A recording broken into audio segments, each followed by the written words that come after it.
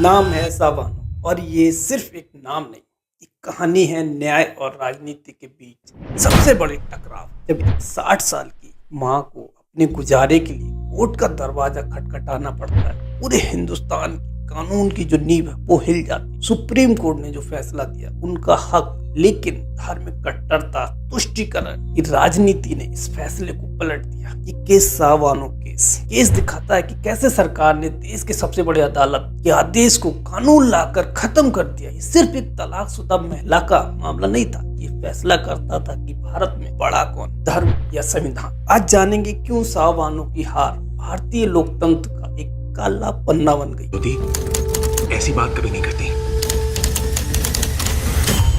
हम सिर्फ शाजिया बानो हैं और हमारी लड़ाई सिर्फ एक ही चीज की रही है, हमारा हक।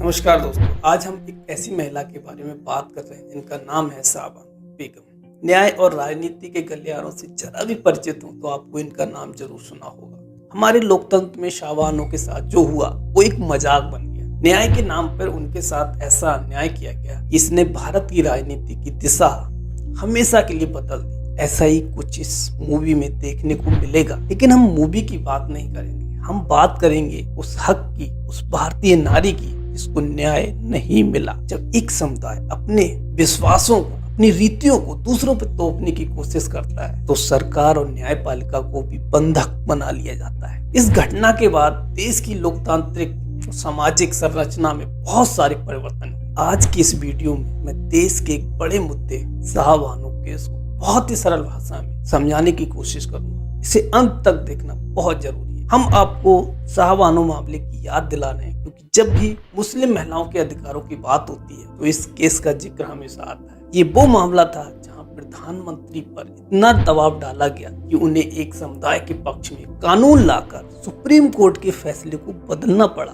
इस फैसले के पीछे की भावनाओं को समझने के लिए हमें इस मामले की गहराई में जाना होगा। इस मामले पर स्पष्ट राय बनाने के लिए पेश है पूरी वीडियो। शाइस्ता बानो, जिन्हें सावानो के नाम से जाना गया, मध्य प्रदेश के इंदौर की एक मुस्लिम है। साल 1932 में सावानो का निकाह इंदौर के एक जाने माने और बड़े वकील मोहम्मद अहमद खान से हुआ। लगभग 14 साल तक सब कुछ ठीक चला। दोनों के 5 बच्चे हुए, मगर 1946 आते आते मोहम्मद अहमद खान ने दूसरी शादी कर ली। उनकी दूसरी पत्नी का नाम सलीमा बेगम था। चूंकि मुस्लिम पुरुषों को पहली पत्नी को तलाक दिए बिना दूसरी, तीसरी, चौथी शादी करने की इजाजत है, इसलिए वकील साहब ने भी ऐसा ही किया। दोनों पत्नियां साथ रहीं, लेकिन 1975 में सावानो को घर से निकाल दिया गया। सावानो ने ये हालात स्वीकार भी कर लिए। वकील साहब ने अभी तक तलाक नहीं दिया था। उन्हें कहा गया कि उन्हें हर महीने 200 रुपए मिलते रहे। कुछ साल तक सावानो को ये पैसे मिलते भी रहे, लेकिन अचानक पैसे आने बंद हो गए। सावानो को अपना गुजारा भत्ता करना पड़ा। ये ध्यान रखना बहुत जरूरी है कि उस समय सावानो की जो उम्र थी वो 60 साल से ज्यादा थी, इसलिए उनके लिए काम करना संभव नहीं। वो पहले से ही 2 वक्त की रोजी रोटी के लिए संघर्ष कर रही थी और उसमें ये 200 रुपए मिलने बंद हो गए। मजबूरी में 1978 में सावानो ने इंदौर कोर्ट में केस दर्ज किया। उन्होंने अपने गुजारे के लिए CRPC की धारा 125 के तहत 500 रुपए के भरण पोषण का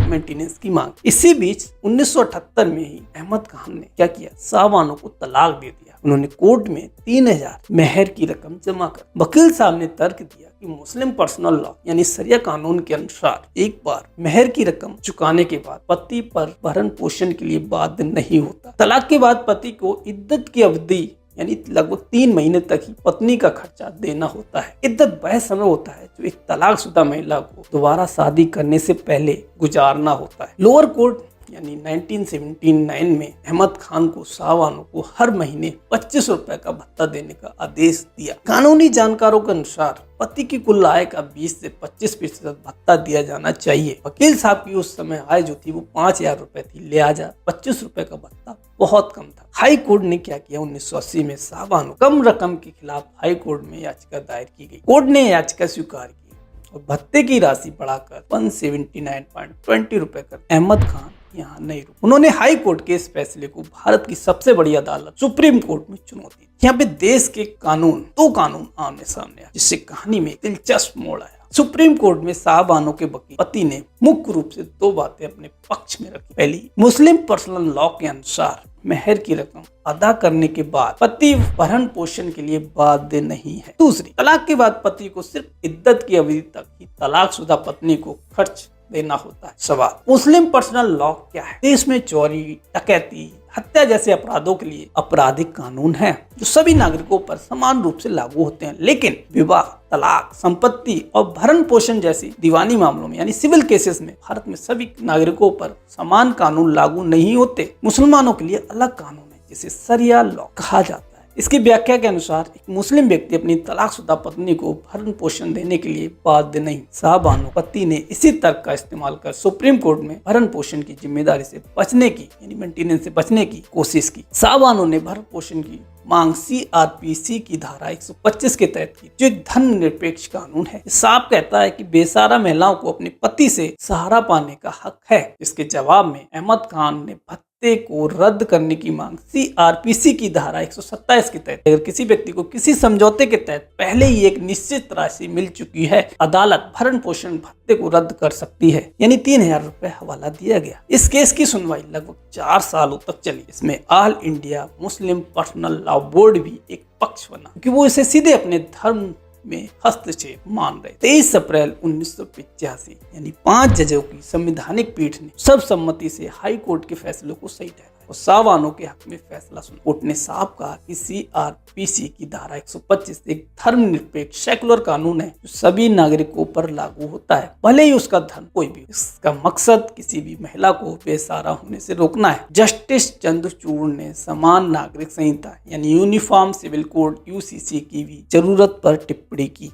सरकार से इसमें दिशा में कदम उठाने का आग्रह भी किया था। ये फैसला मुस्लिम महिलाओं के पक्ष में एक महान निर्णय था। अदालत ने कहा कि जब अन्य धर्मों की महिलाओं को पति से गुजारा भत्ता पाने का हक है तो सिर्फ मुस्लिम महिलाओं को इस हक से वंचित क्यों रखा जाए। लेकिन सुप्रीम कोर्ट का फैसला आते ही कई मुस्लिम समूह, उन लोगों में गहरा गुस्सा, असंतोष फैल गया। उन्होंने सड़कों पर उतरकर फैसले का विरोध किया। उनका तर्क था कि इस फैसले ने उनके धार्मिक अधिकारों का उल्लंघन किया। इस फैसले को शरीयत कानून के नजरिए से देखा जाना चाहिए था, ना कि सिर्फ CRPC की कानून के तहत। मुस्लिम संगठनों का दबाव इतना बढ़ा कि कांग्रेस इस फैसले को बदलने के लिए एक नया विधेयक पेश करना, कांग्रेस को तुष्टीकरण की राजनीति के लिए मुस्लिम वोट बैंक के लिए नया कानून बनाना पड़ा। कुछ लोग इसके समर्थन में थे लेकिन कुछ लोग इसके समर्थन में नहीं थे। उस टाइम के प्रधानमंत्री राजीव गांधी को इस निर्णय को बदलने के लिए, मुस्लिम समुदाय शांत करने के लिए, इस फैसले को पलटने के लिए 1986 में संसद में एक नया कानून लाया गया, मुस्लिम महिला तलाक पर अधिकार का संरक्षण अधिनियम 1986 यानी the Muslim women protection of rights on divorce act. इस कानून ने सुप्रीम कोर्ट के फैसले को उलट दिया। ये तय किया गया कि तलाकशुदा मुस्लिम महिला सिर्फ इद्दत की अवधि तक भरण पोषण का दावा कर सकती है। अनाउंस दिया जाएगा सिर्फ 3, उसके बाद कोई भी इसका हकदार नहीं हो। मुसलमानों को खुश करने के लिए कांग्रेस ने ये कदम उठाया, यानी कि इस विधेयक में ऐसा लिख दिया गया कानून बना सके अगर लोग विरोध प्रदर्शन, सरकार कानून चेंज कर सके। अगर लोग दंगे करते हैं, सड़कों पर उतरते हैं, माँ भी उस सीधे बच्चे को दूध नहीं पिलाती, लेटा जब वो रोता है, चीखता है, तब दूध पिलाया जाता है। ये मैं क्यों बोल रहा हूँ? उस समुदाय ने, एक विशेष समुदाय ने उस अदालत का फैसला बदलवा दिया, पलटवा दिया। इतना विरोध प्रदर्शन, सरकार को मजबूरी में वोट बैंक की राजनीति के चक्कर में उस फैसले को बदलने के लिए नया कानून बना। एक वैसा समुदाय भी है जो आज भी सो रहा है, 70 साल पहले भी सो रहा था, उससे पहले भी सो रहा था, आज भी सो रहा है। उससे पर्सनल रहता है, उस समुदाय के बारे में नहीं सोचते। दोस्तों जागो, उस समुदाय की बात कर रहा हूँ जो बोलता है सब समान है, हम सब में बिलीव करते हैं, हम सबको समान देखते हैं, जो सड़कों पे कम उतरता है, जो दंगे नहीं करता, लेकिन वो पर्सनली रह जाता, वो लोगों से कनेक्ट नहीं रहता, इसीलिए वो पीछे होता। एक विशेष समुदाय के लिए अलग से कानून है, अलग से ट्रीटमेंट, वक्फ बोर्ड। क्यों? जमीन हथियाने का एक बोर्ड है, जिससे अभी हाल फिलहाल में उसको कुछ चेंजेस किए गए सरकार। इसके बारे में अगर पूरा जानना है तो आप इस वीडियो में देख सकते, फुल डिटेल में बताया कि वक्फ बोर्ड क्या है, पहले कैसा था, अब क्या है, लेकिन ये क्यों बनाया? वोट बैंक की राज। इतने परसेंट में ये लोग हैं, फिर भी अल्पसंख्यक है। क्यों? वोट बैंक की राज। सब कुछ है लेकिन फिर भी स्पेशल ट्रीटमेंट है। अभी संविधान की दुहाई देती हैं पार्टियां, संविधान बदल देगी ये सरकार, जो भी पार्टी है संविधान को बदल देगी, संविधान लेके घूमते हैं, संविधान बदल जाएगा। अरे भाई, पहले अपने गिरेमान में झांको, या आपने कब संविधान को बदला है, कब कब उसकी हत्या की है, सिर्फ वोट बैंक की राजनीति के लिए। अंग्रेजों ने जो काम किया वो कुछ पार्टियां आज भी कर रही हैं। हिंदू हैं, उनको आपस में तोड़ना, जातियों में बांटना, वही कुछ पार्टियां कर रही हैं कि आप ये हो, आप ये हो, आप एक हो तभी कुछ हो सकता। जागो दोस्तों, जागो। आपका वोट का फ्यूचर तय करता है, आपके बच्चे का फ्यूचर तय करता है, भविष्य तय करता है कि आप किस सोच को वोट कर, किस पार्टी को वोट कर रहे हैं। मैं नहीं कहता भाई, ये आपका निर्णय है, आप किस पार्टी को वोट करते हैं, आप किस सोच को वोट करते हैं, किस विचारधारा को आप समर्थन करते हैं, ये आपका निर्णय है, ये आपकी पर्सनल राय है। आपको सरवाइव करने के लिए, इस जमीन पे रहने के लिए, खाने पीने के लिए, मौज करने के लिए, फैशन करने के लिए, इस जमीन पे सरवाइव करने के लिए कुछ करना पड़ता, कुछ भी करना पड़ता। कोई नौकरी करता है, कोई बिजनेस करता है, कुछ भी करता है। सरकार आपको नहीं खिलाएंगी, लेकिन हाँ, वो सोच जरूर आपको फायदे कराएगी। आपने जिस सोच को वोट दिया है, अगर आप पर्सनल हो जाते हैं वोट के लिए, मेरा मानना है कि एक समुदाय के हिसाब से आपको वोट करना चाहिए, ना कि पर्सनली। जय हिंद दोस्तों।